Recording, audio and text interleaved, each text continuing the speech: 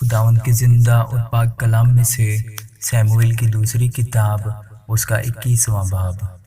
اور داؤد کے ایام میں پے در پے 3 سال کال پڑا، اور داؤد نے خداوند سے دریافت کیا۔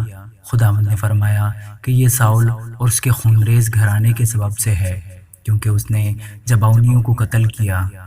تب بادشاہ نے جباؤنیوں کو بلا کر ان سے بات کی۔ یہ جباؤنی بنی اسرائیل میں سے نہیں، بلکہ بچے ہوئے اموریوں میں سے تھے، اور بنی اسرائیل نے ان سے قسم کھائی تھی، اور ساؤل نے بنی اسرائیل اور بنی یہودا کی خاطر اپنی گرم جوشی میں ان کو قتل کر ڈالنا چاہا تھا۔ سو داؤد نے جباؤنیوں سے کہا، میں تمہارے لیے کیا کروں، اور میں کس چیز سے کفارہ دوں تاکہ تم خداوند کی میراث کو دعا دو؟ جباؤنیوں نے اس سے کہا، ہمارے اور ساؤل یا اس کے گھرانے کے درمیان چاندی یا سونے کا کوئی معاملہ نہیں، اور نہ ہم کو یہ اختیار ہے کہ ہم اسرائیل کے کسی مرد کو جان سے ماریں۔ اس نے کہا، جو کچھ تم کہو میں وہی تمہارے لیے کروں گا۔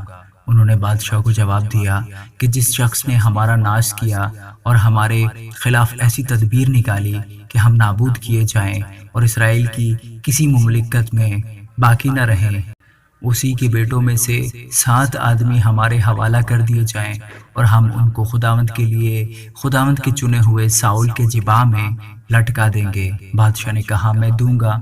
لیکن بادشاہ نے مفیبوست بن یونتن بن ساؤل کو خداوند کی قسم کے سبب سے جو ان کے یعنی داؤد اور ساؤل کے بیٹے یونتن کے درمیان ہوئی تھی بچا رکھا۔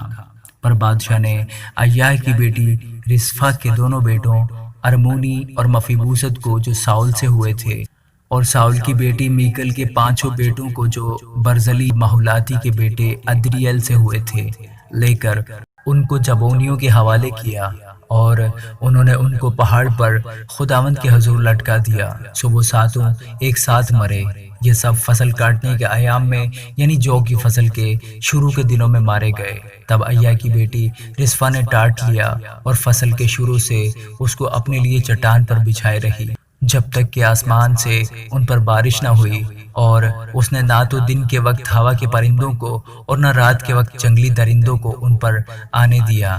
اور داؤد کو بتایا گیا کہ ساؤل کی حرم ایاح کی بیٹی رسفا نے ایسا کیا۔ تب داؤد نے جا کر ساؤل کی ہڈیوں اور اس کے بیٹے یونتن کی ہڈیوں کو یبیس جلعاد کے لوگوں سے لیا، جو ان کے بیت شان کے چوک میں سے چرا لائے تھے، جہاں فلسطینیوں نے ان کو جس دن کے انہوں نے ساؤل کو جلبوع میں قتل کیا ٹانگ دیا۔ سو وہ ساؤل کی ہڈیوں اور اس کے بیٹے یونتن کی ہڈیوں کو وہاں سے لے آیا، اور انہوں نے ان کی بھی ہڈیاں جمع کی جو لٹکائے گئے تھے، اور انہوں نے ساؤل اور اس کے بیٹے یونتن کی ہڈیوں کو ضلع میں جو بنیامین کی سرزمین میں ہے اسی کے باپ قیس کی قبر میں دفن کیا، اور انہوں نے جو کچھ بادشاہ نے فرمایا سب پورا کیا۔ اس کے بعد خدا نے اس ملک کے بارے میں دعا سنی، اور فلسطی پھر اسرائیلیوں سے لڑے، اور داؤد اپنے خادموں کے ساتھ نکلا اور فلسطینیوں سے لڑا، اور داؤد بہت تھک گیا۔ اور اشبی بنوب نے جو دیوزادوں میں سے تھا، اور جس کا نیزہ وزن میں پیتل کی 300 مسکال تھا، اور وہ ایک نئی تلوار باندھے تھا، چاہا کہ داؤد کو قتل کرے، پر زرویہ کے بیٹے ابیشے نے اس کی کمک کی اور اس فلسطی کو ایسی ضرب لگائی کہ اسے مار دیا۔ تب داؤد کے لوگوں نے قسم کھا کر اس سے کہا کہ تو پھر کبھی ہمارے ساتھ جنگ پر نہیں جائے گا، تا نہ ہو کہ تو اسرائیل کا چراغ بجھا دے۔ اس کے بعد فلسطینیوں کے ساتھ پھر جوب میں لڑائی ہوئی۔ تب حساتی سبکی نے صف کو جو دیوزادوں میں سے تھا قتل کیا، اور پھر فلسطینیوں سے جوب میں ایک اور لڑائی ہوئی۔ تب الحنان بن یاری ارجین نے جو بیت الحم کا تھا جاتی جولیت کو قتل کیا، جس کے نیزہ کی جڑ جلاہے کے شہتیر کی طرح تھی۔